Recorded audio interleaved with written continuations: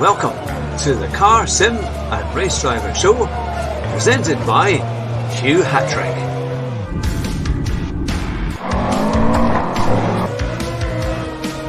Here at Bathurst in the Forest, my very special guest, basically Rascal Rabbit, Josh Martin. It's great to have you back on the show.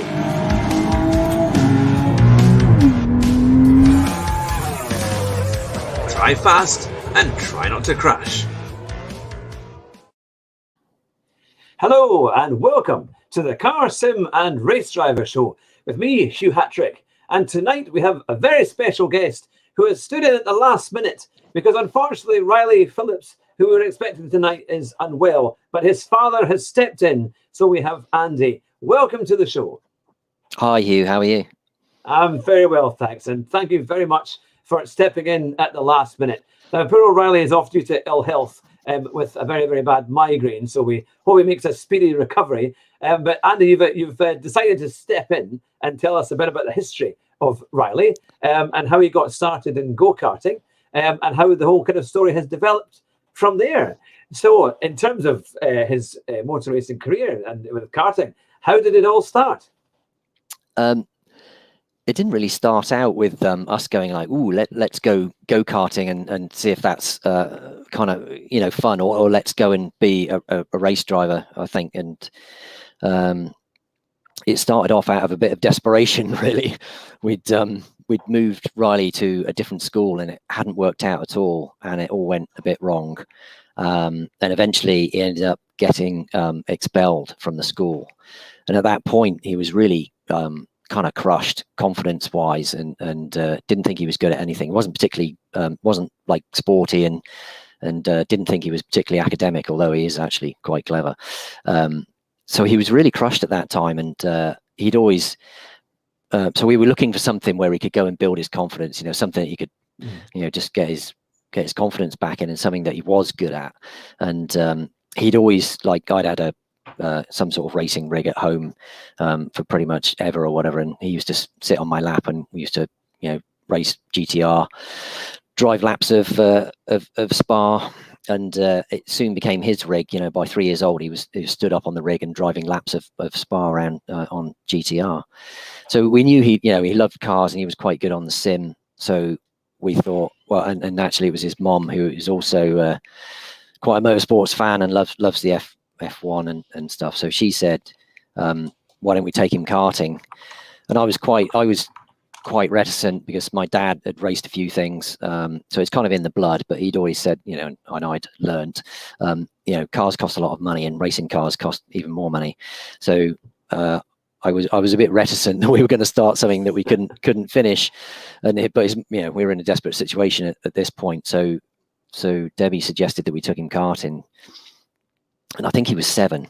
Well, he was definitely still 7. And we took him to Thruxton, who were they used to run a kids training kart course there.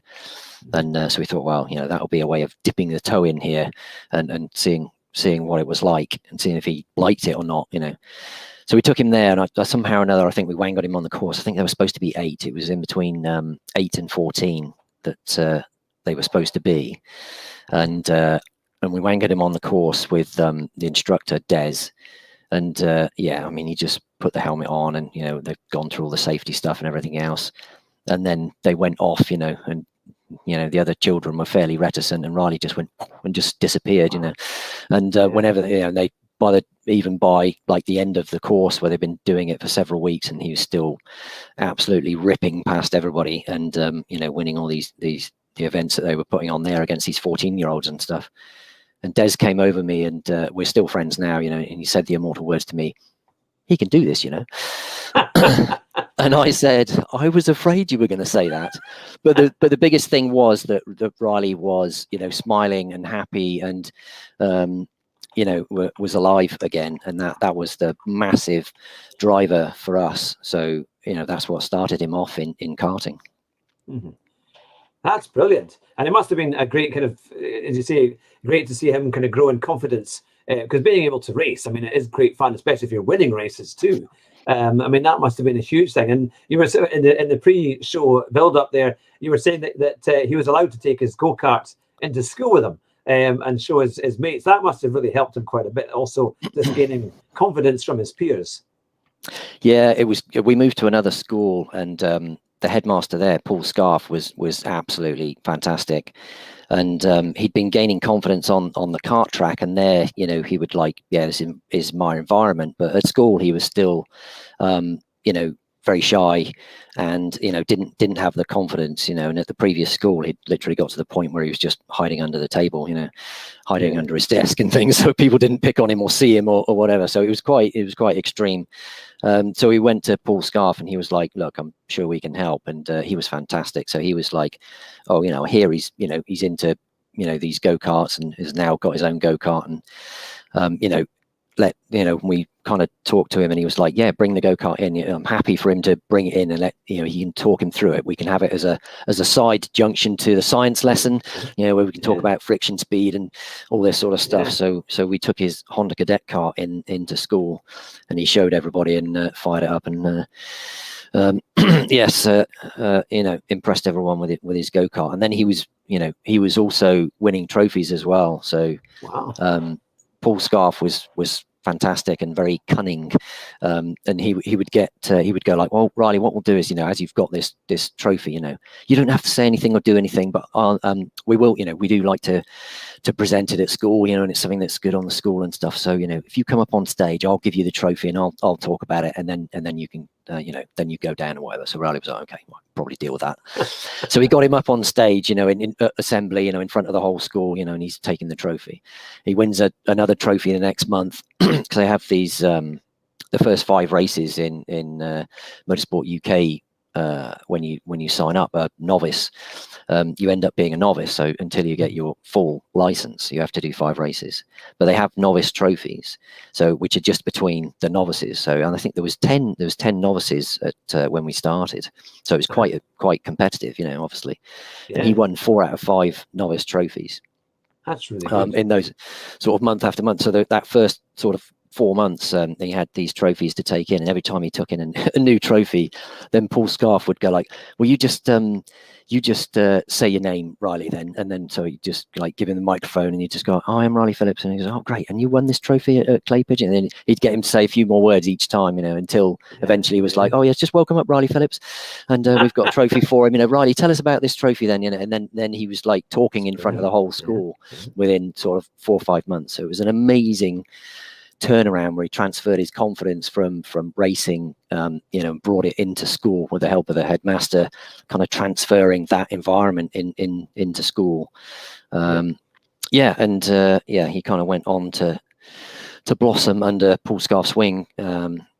Paul did a really amazing job with us, and Riley helped him a lot. That's fantastic. We've got a question here from one of our viewers, Stephen Scott. And he's asked, were you involved in racing when you were younger, or did it just get into it when your son started? So my dad used to race cars, and he used to scramble a few bikes and things as well. And so we were brought up, my brother and I, just going sideways wherever in the back of a car.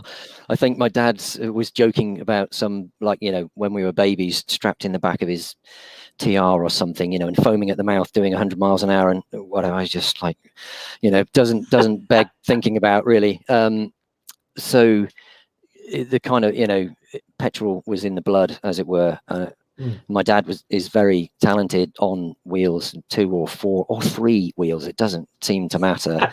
And I think it might have passed me by a little bit, but my brother and I were always just mad petrol heads. So we built like just push go-karts, you know, when we were little kids and stuff, you know. And so we like raced these go-karts down the hills, and we had some horrendous crashes, you know. I mean, we'd go to the top of the steepest hills that we could find. No brakes on these carts, just a push cart, push off, race down the hill. It's just an open road. We didn't like close it off or anything. If a car had come the other way, we've got no brakes. We just you know, so, you know, obviously we'd end up going too fast with no brakes, and then skid off the road and go over a hedge or crash into a red ant's nest hill, which happened one time. You get bitten stupid, you know. It was like, it was mad. So then, you know, we didn't have any money to race. So haven't really, I've done corporate days, I've done track days and things like that, but I never had enough money to race. I knew it was kind of too expensive. We didn't really have enough money for decent cars, so we used to cobble cars together. And I think probably Hugh, being grown up in Scotland, you know what the road's a racetrack sometimes. Don't do this, children. The road is not a racetrack, okay? Don't do it. How I survived from 18 to late 20s, I have absolutely no idea. I crashed a lot of cars and then had to fix them myself. And in fact, oh God, do I tell the story of how long my first car lasted? Yes, go on, absolutely. So my first car was a Mini 850. It was C-Reg the first time around. So it was a very old car, and I spent 6 months rebuilding it in a garage, freezing cold. It had been hand painted, and when I got it, brown, hand painted brown with a brush. So you can tell what it looked like. So I rubbed it down by hand, no machines, nothing. I rubbed it down by hand and resprayed it, rebuilt the engine, had to rebuild all the brakes. I mean, nothing worked on it. Got it back on the road again, and it was really slow. I was like, doesn't go, And I said to my brother, it's really slow, it's like, doesn't pull away or whatever, can't even spin the wheels in it. And he was like, what do you mean? Ridiculous.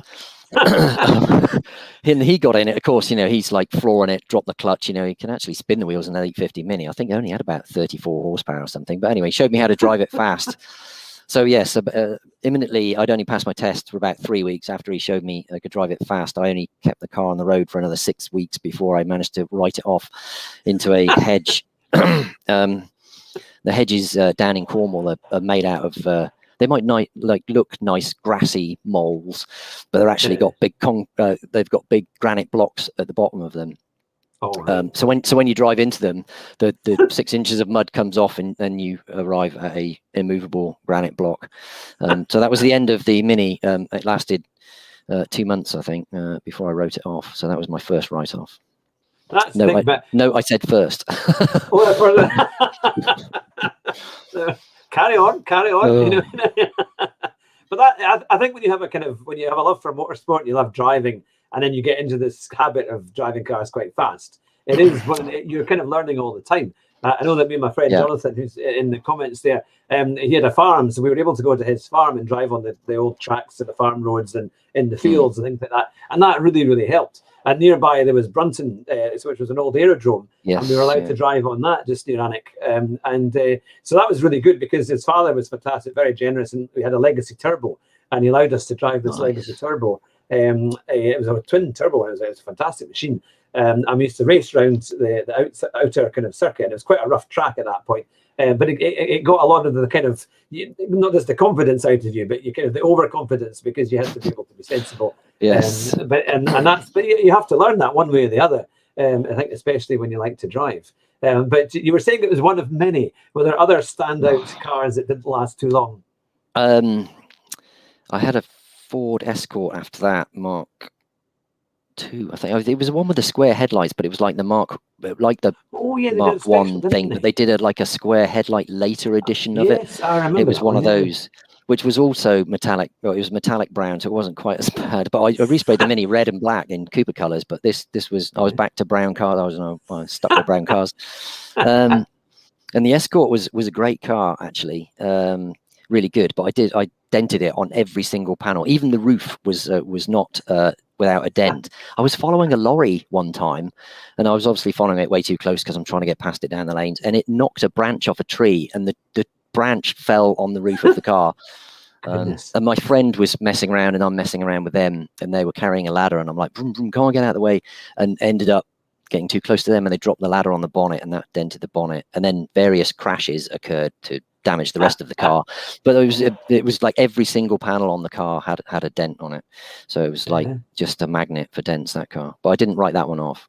I have had some very scary accidents, so you definitely don't want to drive too fast on the road, and I'm definitely lucky to be here, and some of them were quite interesting and quite nasty. But I think it's, I mean, in those days as well, I mean, I think we grew up in the 90s, kind of driving, and by that point, safety did improve quite a bit. You know, you had a lot more cars with ABS brakes and things like that, and some cars even had traction control. And I think that also kind of made you realise what you could and couldn't do in a car quite quickly. And when you drive a car nowadays, any kind of hire car that you get a hold of, they're always quite easy to drive, you know, and you can have great fun with them because they're quite well set up. But in the old days, when you see it was, you know, Escort Mark IIs and Montegos, and you had quite a lot of power in some of these MG turbos or different cars that you may have had, but not much grip.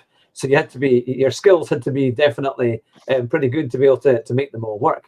But I was going to, in terms of Riley's career, he said he's won a lot of trophies and he's won championships at karting. What were the championships that he won? Because I know he's done extremely well. Yeah, he the first championship he won was at Landau Minimax championship there. So he was champion at Landau Minimax 2014. That year he came fourth at Wilton Mill and fourth at Clay Pigeon as well. And then we went on to do the next year more kind of seriously at Wilton Mill in the Minimax championship, and he won that in 2015. And then because he's so tall, I don't know if he's like 6 foot, and he was growing crazy. And this is kind of in Honda Cadets, he was already sort of outgrowing it, even though he wasn't old enough to move up into minis, and that was one of the problems we kind of struggled with. But he came forward. We did the National Karting Association championship in Hondas, which is kind of a national one, goes around all the ones, and he came. I'm gonna say he came third in that. Might be.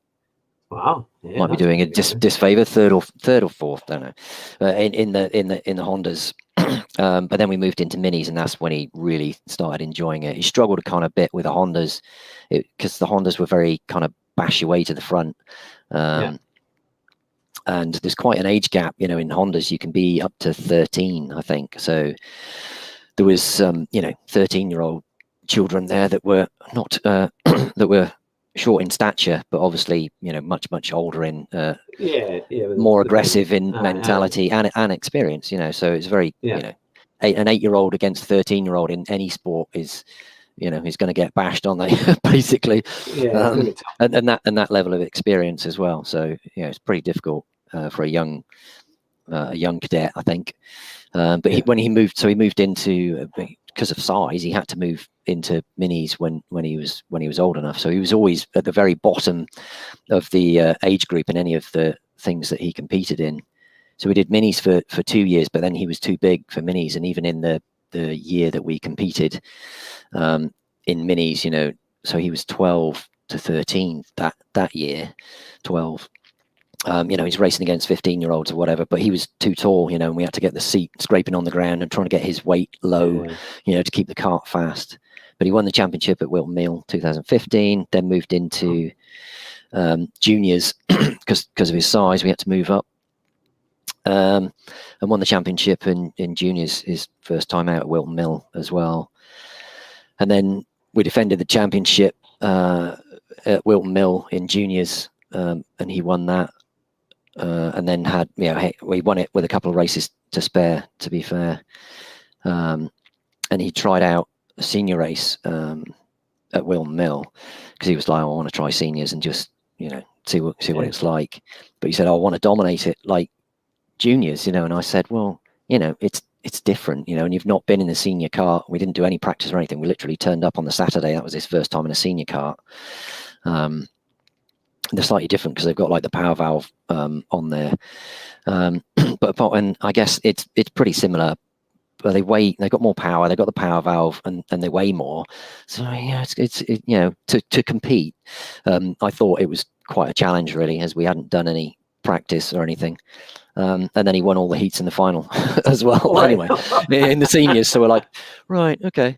So we were wondering what to do for the next year, and then we decided to try and move to cars rather than carry on with karting, because the karting budget to do any more than club racing, if you were going to go national or European or whatever, then the karting budget is ridiculous. Basically, it's the same sort of money as you need for cars. So Yeah. You know, we thought about how to step up and challenge him at the next level, but so we thought, yeah, let's go straight into senior cars, and we thought about junior cars as well.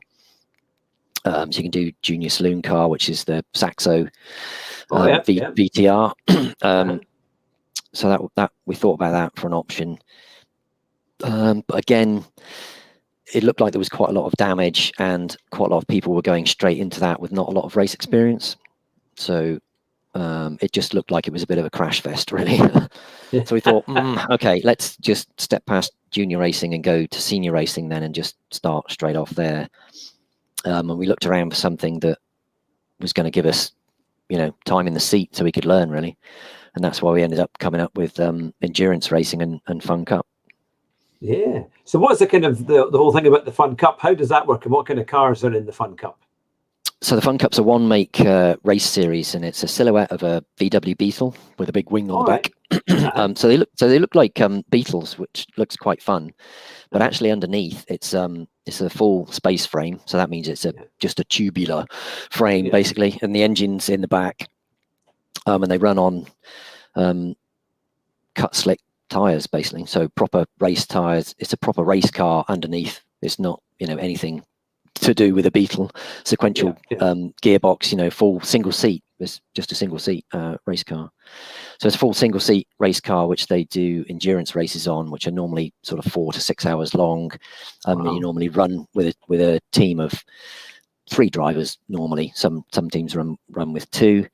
So yeah, you have all the whole pit stop, driver changeover strategy, fuel strategy, you know, the whole thing to try and still be at the front of the train of cars after 4 to 6 hours. So it's great fun, and it's got all that element of you know, strategy and pit stops and driver changes and all that sort of thing.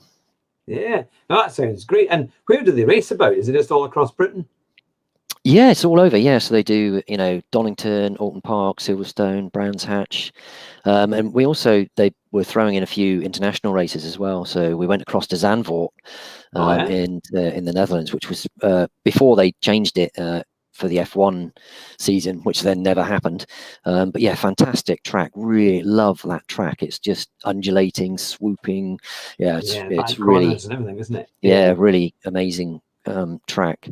So I hope they haven't ruined the flow of it. Now they've changed it and made it more heavily banked and widened it for F1. I hope they haven't ruined the flow of it. I've only played it in simulators, and I've got F1 2020. That was the first time I've ever been round there, and it did look quite good, quite a hard track to get used to the rhythm. I think it all works, you know. But I think it should be really good. But you're saying that Riley's done pretty well in the Fun Cup as well. What were his results like when he started? So the first year he was the youngest ever Fun Cup driver, and because he was just sick after the race that he did in the June. He was 16 and 14 days or something, so that made him the youngest Fun Cup driver ever. And he had an English exam on the Friday, so we couldn't do practice. So we just turned up on the race day, on the Saturday on the race day, straight into race day. And he'd never been in the single seat car before. He'd had a few goes in a twin seater with an instructor, but he wasn't allowed out because he was too young in the car on his own. So race day was the first day, so we set him off in the race. In qualifying, first time he'd been out in a single seat race car on his own, because there's 80 drivers across the grid there, and he was 8th fastest out of 80 drivers, never having been in the single seat car. So it was like phenomenally quick. And we did a few races that year, but we didn't do the full season because he wasn't old enough. And then in the second year, we changed teams and then did the full season with Dispatch Bay. And he won 2 races and came second in another one with that team. So he became the youngest ever BRSCC Fun Cup winner. So that was great. But we had a lot of car reliability issues, basically. The car broke on quite a lot of occasions. So got to the end of that season as well. Yeah, didn't have a drive. The team wanted to do something different as well, and we'd had issues with the car, kind of thing. So you think being a young driver and winning races and stuff doesn't mean that you get a drive. We were still had to hunt around and get a drive, and he'd actually organised to get himself on the stand of Autosport for Fun Cup, and asked Paul Rose, the owner, if he could go and be on the stand and whatever and do some work and stuff. So while he was on the Fun Cup stand, then he was talking to other teams that were coming along basically, and then talked to one of the teams, and they said, "Oh, what are you doing for this year?" And then he said, "Well, I don't know, I haven't got a drive yet," which was quite late because it was like the end of January, and normally everybody's sewn up by that kind of point. And they said, "Well, we've just lost our driver actually that we had, so we've got a space, and we'd be happy to take you in." Wow. So he's still super young, 17. It's super young for somebody to trust them with their £65,000 endurance car and their season of endurance. They've seen that he's quick, but he's obviously a young kid. Is he hot-headed? Is he, will he do as he's told? Is he going to work with the team? There's all those sorts of things to kind of consider. So I was really, happy and honoured that the Asymmetrics team let us in there, and it was a car that we'd come second to at Zandvoort actually. So we knew the car was quick. We'd hoped it would be as quick as it was, and in 2020, when we joined the team, obviously it was the season didn't kick off until the end of the year, but they did really well and won. Out of the 5 races, they won 2 and came second twice, I think, so, and won the championship. It did go down to the last race, but so now he's the youngest ever Fun Cup champion. So that's brilliant. Now we've got one of the guys in the chat is Jack Balding, who I believe is 12 years old and does go-karting and is very good at karting. So this is a perfect show for him tonight to hear from a rival's father and how it's all worked out. If you could give advice to a young karting racing driver, what would be your advice to him? Time in the seat, I think, is a massive thing. It's one of the kart bosses always used to, one of the Mike that runs Clay Kart Shop at Clay Pigeon, he'd always just go like, it's just he's Scottish. Can I do a bad Scottish impression? Just time in the seat. And but yeah, so Riley used to love driving, and we were just mad. We'd just be out like thunder, it would be blisteringly cold, raining, whatever, and we just go like, right, I'm going to the kart track, and we just go to the kart track every weekend, and nobody there, and it's sideways rain, and he's just going around lap after lap, and then he'd drive in and then goes like, I can't get out of the seat because I can't move my legs anymore. It's like, should probably go home then, but yeah, I've got pictures of him with this mega dark sky, it's absolutely thundering with rain, and there's a kind of rainbow in the background, and we're at the track, and he's like this, he's like, yay, we're at the track, absolutely sodden. So I think one of the things is just put the time in, and be patient, and Riley was a master in the wet, and the big reason was because we used to go out every weekend, whether it was rain or shine. So we had plenty of practice in the wet. So when it rained, it was no problem for him, and that also built his skill up, And that's sorry, carry on. Yeah, no. So I was going to say, put the time in, and be patient. I think we would before we came on, we were talking about learning about life, and perhaps the school's not teaching some life skills like they did in the olden days. But karting's it's a tough sport. I mean, motorsport is the most unfair sport there is. In football, you can get a foul. You get fouled, you fall over, but you're not out of the match, and the team's certainly not out of the match. And you get a free kick and whatever. And certainly things happen that turn football games and whatever, and you can get injured and things. But generally, in motorsport, if something happens, if you're in a kart race and somebody hits you and takes you out, that's it. It's over. And so I think it's just like life. Things are unfair, and you just have to pick yourself up again and come back to the next race. And I think that was one thing that Riley learned was there was always another race, and we never gave up. Things would happen. You'd get taken out 3 times in a row in the heats, whatever, and then turn up in the final. But his head would never go down, and he'd always just like, and because you never knew what was going to happen. And I think in the first year that he won Mini Max at Wilton, it was incredibly competitive, and we were 3/4 of the way through the season. I think we were 4th in the championship. I didn't think we stood any chance of winning it. We possibly thought we might be able to pull a podium out of it, and then he ends up winning it. And on the very last race, in the last laps of that race, then he wins the championship. So never give up. Try and learn something from every race, and just there's always another race. Come back and race again, and keep your chin up. That's brilliant. And does Riley have anyone that particularly inspires him in terms of in motor racing, perhaps other racing drivers that he kind of looks up to? Interesting. I think he likes a few racing drivers, but it's not been something that, like as I said, how we started out racing. He loved cars and to race, and just driving itself was the reward for him. And he's not really got any like massive idols that he's always gone like, I want to be like that or follow that person. And he certainly respects and follows drivers. His mom really likes Max Verstappen, and I don't. And he's talented, but I just don't like him.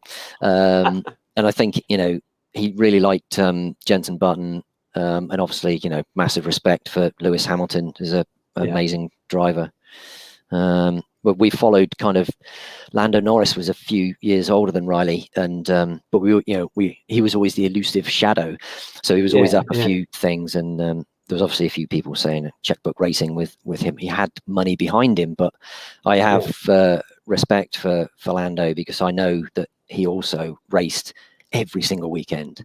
I don't tracked his career, and watched him, and I don't remember him ever having a race off since he was 8 years old until he got to Formula One. I don't think he's had a weekend off, because they used to race the British Championship, the European Championship, the Asian Championship, and that was just in karting. And then in cars, he did the same thing. He was always running 3 or 4 championships per year, and That's huge, isn't it? so okay, well, he's got the money to do that. Okay, well, yes, he has, but he also had the determination and mental toughness to go out and drive and do what it takes to do that every single weekend.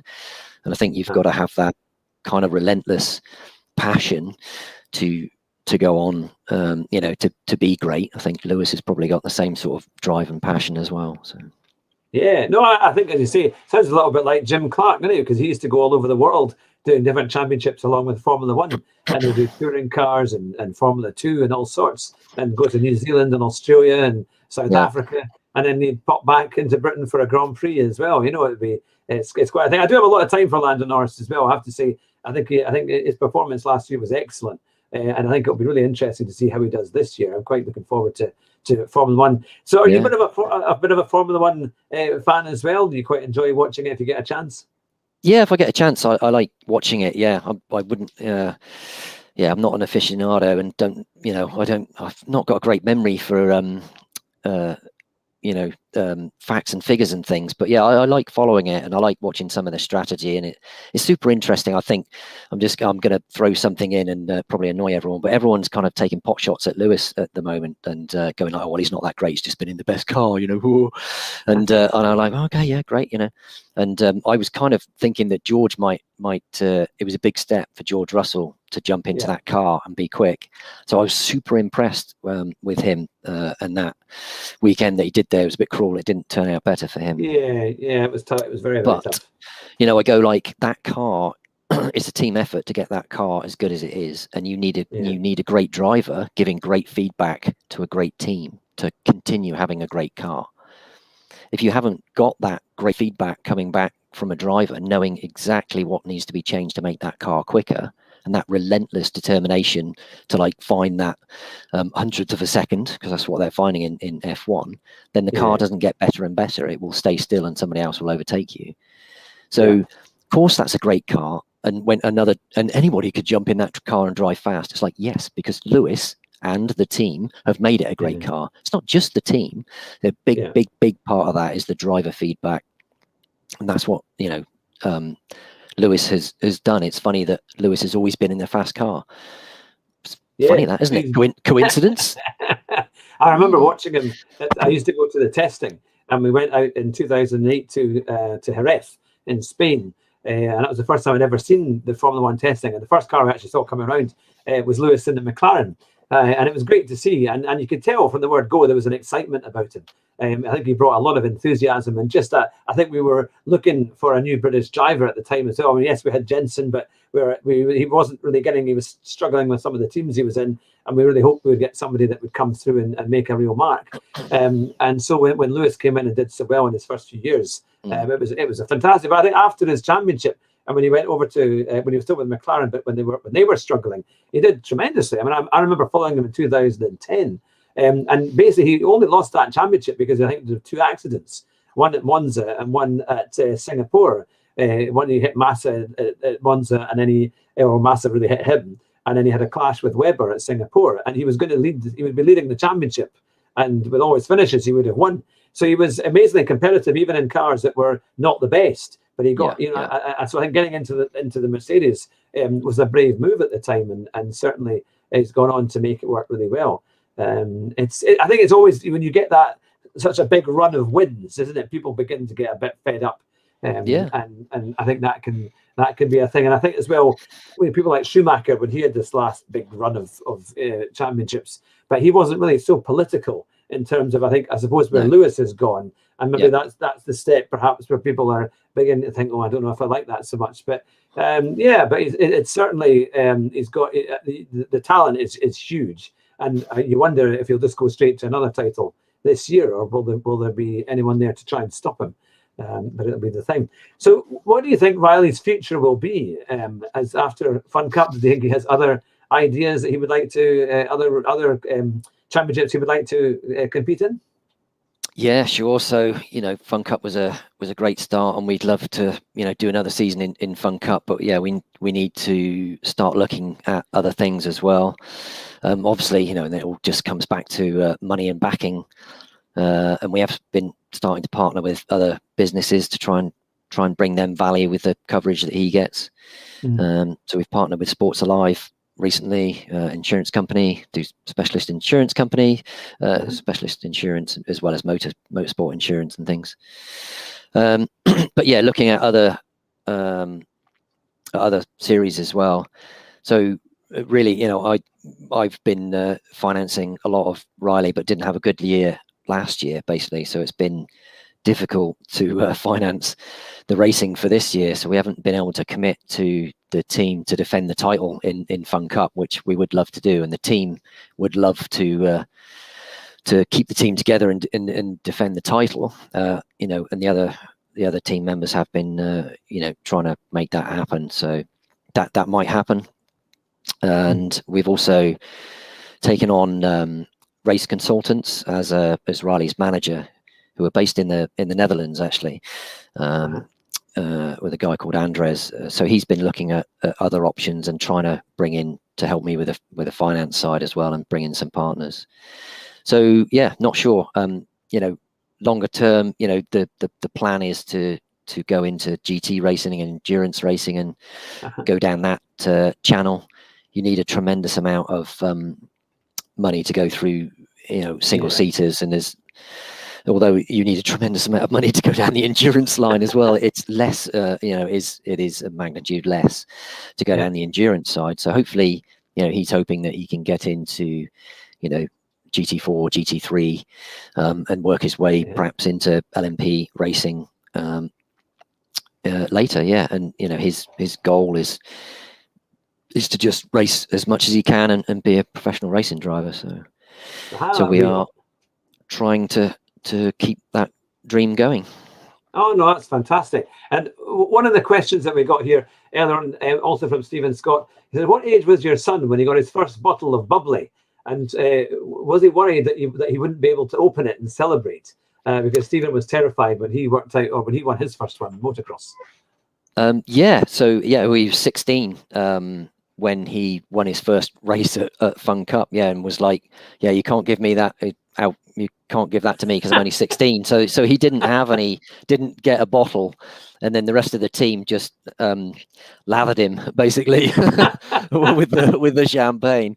So and I don't, he's only 18 now, so he hasn't ever popped a bottle and sprayed it around and whatever, because he's not been allowed to have it. And normally if he does get it, then he normally hands it to his mom and doesn't spray it.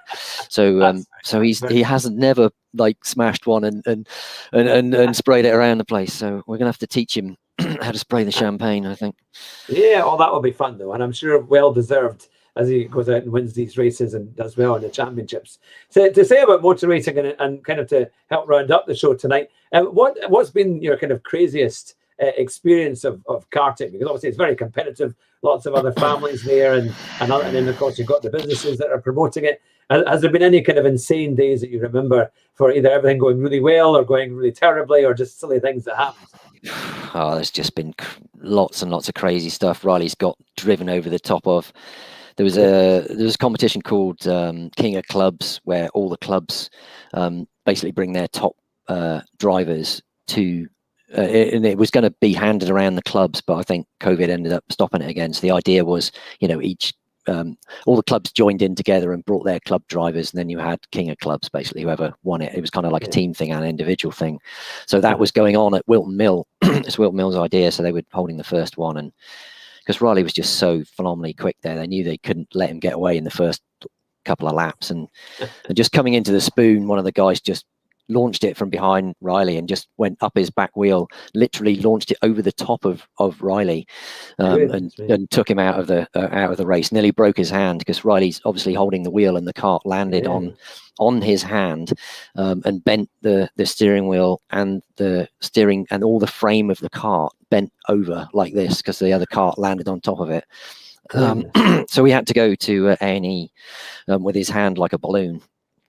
But it hadn't broken his hand, but he couldn't drive the next day to continue taking part in it, because his hand was like a balloon.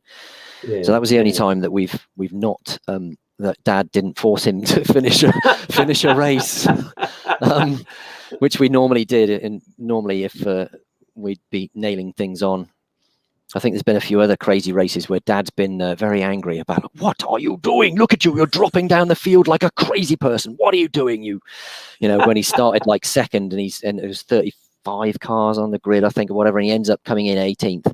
And I'm about to go in there and give him what for, to like, what the hell was that? That was rubbish. You would, like, what, your lines were all over the place. What are you doing? You're letting people up the inside of you. You were just driving like a, ridiculous. Oh, I've never seen anything so stupid in my life. So I'm just about to go like that. And then I see that somebody's driven up the, into the back of the, or into the front of the car so hard that they've ripped the valve out of the tire, and he's driven the entire race without a valve in the tire, so no air in the front tire whatsoever, and still come 18th out of 35 cars. So then I went, wow, amazing drive, good done, well done. Because you can't really say anything else, can you? So but that was a funny kind of whoa, hang on a minute, just about to give him a kind of like, what's going on here? But I think that was one of the things that it was funny things, and we always tried to keep it fun and enjoy it, and not get bent out of shape even when things went wrong. So I'd normally have to try and hold my tongue if I was disappointed, and just go like, just leave it. We're supposed to be having fun, and keep it as fun and enjoy it. I think that's why he still loves motorsport now, because it's a love and it's a passion, and we haven't made it a grind. So that sounds really good. I was going to say, actually, with all the kind of simulation training and things like that you do, I've got friends who run SimTrack UK, which is in Leeds. Adam Croft is head of that, along with James Kellett, and that sounds like the kind of thing that I know they were taking the people who were in the Ginetta G33 Cup, and they did a race at Zandvoort, or they got the car set up for Zandvoort, and then the chap who was at SimTrack practicing ended up winning that race at Zandvoort, because they had so much experience from the simulator that it worked quite well. Is that something you sometimes look at, or doing a lot more simulator training as well, especially at this time when there's a lot of COVID restrictions and things like that? Yeah, it's been a massive thing. It's always been a big thing for Riley. He's always, as I say, sat on my lap and then always carried on running the race rig. And we used to run a kart simulator when he was karting, and and now he runs a car simulator. And in fact, then he kind of took it upon himself to build a model of the Fun Cup car, because that doesn't exist in any of the simulators. And so he built that. And got some guys to help him, so they built a model in Blender and did all the measurements and all that sort of stuff, and then imported it into Assetto Corsa, so he could use it as a training tool. And obviously that went a bit crazy when there was nothing to race last year in COVID. Then he put up a race series and got all the race drivers to join that. So yeah, he does quite a bit of sim racing, and has certainly used that to help. We haven't had a massive amount of money to do test days and stuff, so he normally brushes up his skills on the simulator before he turns up at the track. So I think people always wonder how he can be so quick when when he doesn't do any testing or whatever. So. He's been on the computer, been on the sim rig, doing all that training. Oh, that's absolutely fantastic. Well, it's been terrific, Andy, for you to come on the show and to fill in for Riley at the last minute, and we do hope and give our best wishes to Riley for a speedy recovery, and perhaps we'll get it rescheduled. We are actually available next Thursday. If he's available on Thursday the 19th, that might be a possibility. If he's feeling better by that time, we can get him back to see if he's able to get on the show. But no, it's been fantastic finding out about all the things that he's been doing and the support that you've given him, and how well he's done and how it's really changed his life getting into motorsport, and doing karting, and now going on to these great things, and to be able to race and also build these sim rigs and go in and build the cars for Assetto Corsa and do all of that is a fantastic achievement.